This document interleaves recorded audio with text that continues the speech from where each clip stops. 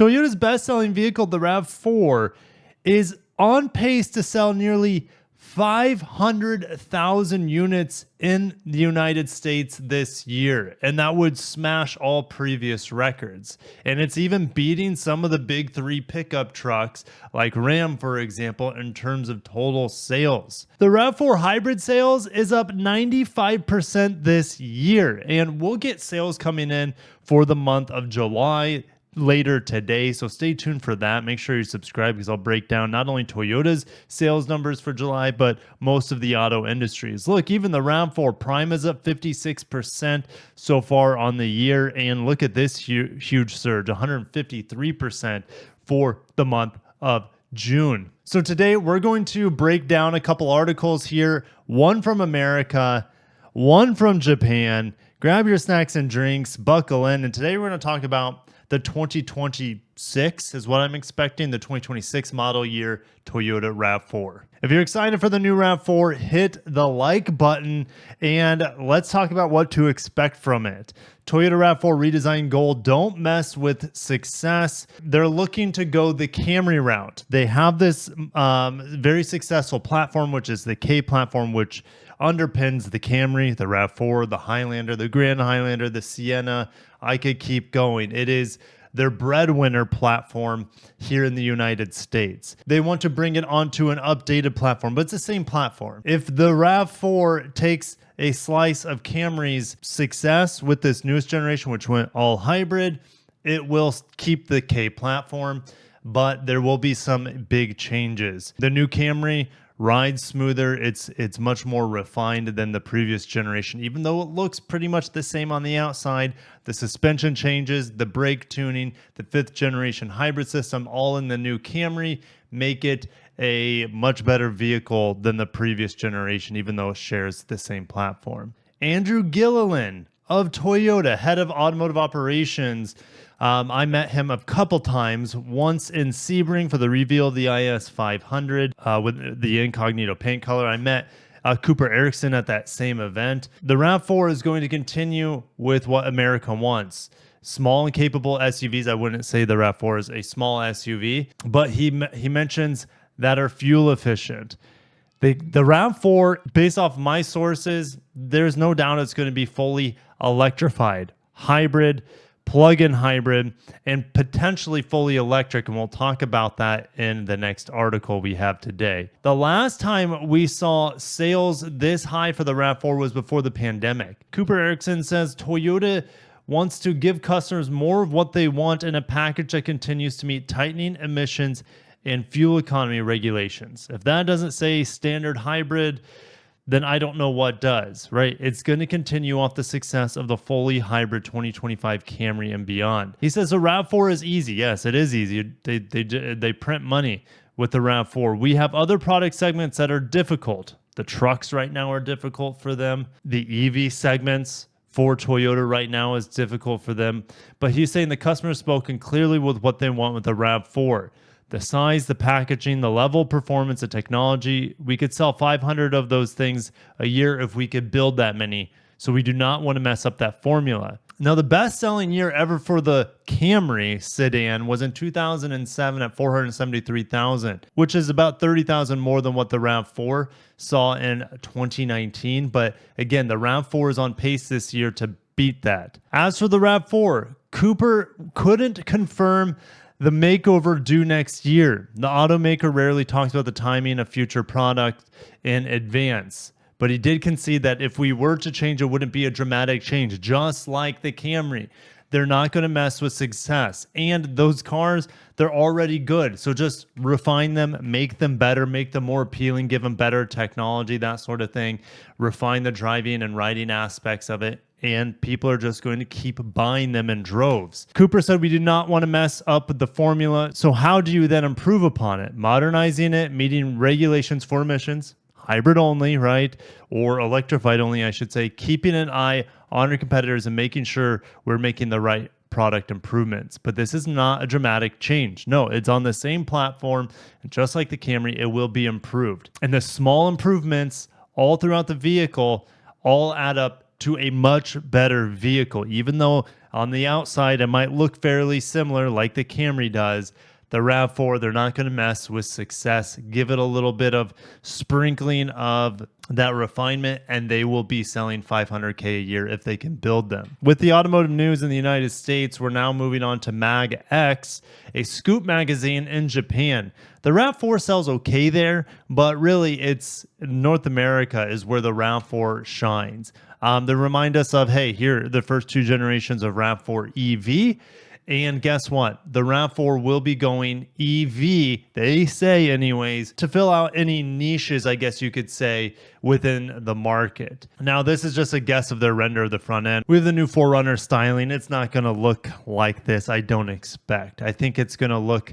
Well, here's the thing. It can go one of 2 ways. It looks more like the Tacoma / 4Runner, which they're expecting it to look more 4Runner here, or it goes the route of the hammerhead design. Honestly, I think it's going to go the route of the more body on frame pickup truck SUV stuff. So, I mean, if it has a miniaturized version of the Tacoma or even the Sequoia, I think people would be happy. Those are the Tacoma and the Sequoia have the best front ends of the truck family right now. And with the off-road craze being so strong in North America, yeah, it's going to have some rugged looks to it, and maybe even double down to make it more rugged looking for our market. They could always put different lights and different bumpers for other markets, but let's go ahead and get into the translations here for this RAV4. Even they're saying there's no need to change the exterior of a car that sells well.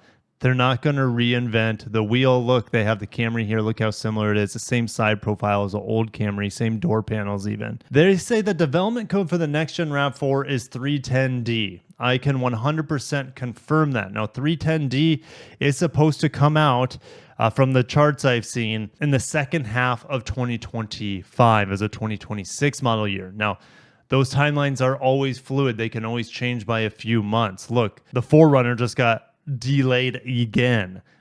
So that will be coming by the end of this year when it was supposed to come at the end of fall, for example. So that's been delayed a few months. With 310D, the next gen RAV4, we could see some delays. However, why could we see delays? If you're just taking the RAV4 and sprucing it up, what's going on? Well, the RAV4 is bringing in next-gen software. It is going to have Toyota's Arene software, which is going to underpin all future vehicles in a software-defined era. So you're going to have over-the-air updates. They're going to be easy to improve with software, with those updates. You're not going to have to take it to the dealer in theory, almost like a Tesla at this point, even though it will still have hybrid and plug-in hybrid powertrains. Now, in Japan, it could get the 2-liter inline 4. We don't have that in America. We're not going to get that here. So a lot of the research and development is going to be spent on adding a BEV version of the RAV4. In my opinion, if there's a BEV version of the RAV4, why even make the BZ4X? Just kill off the BZ4X. People would rather have a better looking and more familiar vehicle that is the RAV4. And why don't you just have a 3rd generation RAV4 EV instead of trying to make a product out of nothing or out of a nothing, a nameplate, which is the BZ series, and make a RAV4 EV? I'm almost certain they will. Will they mention it at the launch of the new RAV4 that there will be an EV variant? It's possible, but I don't know if this vehicle will be available at launch of the new RAV4. How much is there going to be a demand for EVs in 2025, 2026 when this vehicle comes out? It also depends on the timing of emissions and the crackdown on emissions. And if there will be, if Trump gets in, then this whole EV craze could really peter out quite quickly, at least in America. It's different in every single market around the world, but it could peter out here more so than it already is if Trump gets in. The last factor on an EV RAV4 is going to be the North Carolina battery plant, which comes online in 2025. They're going to be making cells there for hybrids, and then the plug-in hybrid cell and the EV cells are going to be the same. All right, it's just going to be a lot more of those larger pouches on an EV than it is on a plug-in hybrid. But the RAV4 Prime is going to see so much higher volume than we've ever seen before. And with the batteries being made in North America, we should see more trim levels of the Prime, which in theory should also bring down the entry-level cost of the RAV4 Prime as well. Fingers crossed. The RAV4 Prime is still one of the most versatile and compelling products on the market. The volume's still very low, even though they're up year over year significantly on that model. Now, with the 5th gen hybrid system, just look at the Camry. It's going to carry over there 225 horsepower for the front wheel drive RAV4 hybrids, which I don't know. Are they going to have front wheel drive RAV4 hybrids to reduce the cost? They might, especially if they're going hybrid only. It would make sense to me that if they go hybrid only, they have more options with the hybrids. Then you have a front wheel drive hybrid to reduce costs. You have an all-wheel drive hybrid with 232 horsepower. Then you have all-wheel drive standard plug-in hybrid, which we don't know about that 5th gen plug-in hybrid for Toyota quite yet. In theory, we could have more range, maybe 50 miles of range or more. We could have even more power and electric assist. Time will tell. With the launch of the RAV4 coming in the second half of 2025, when will we see a reveal of the new RAV4?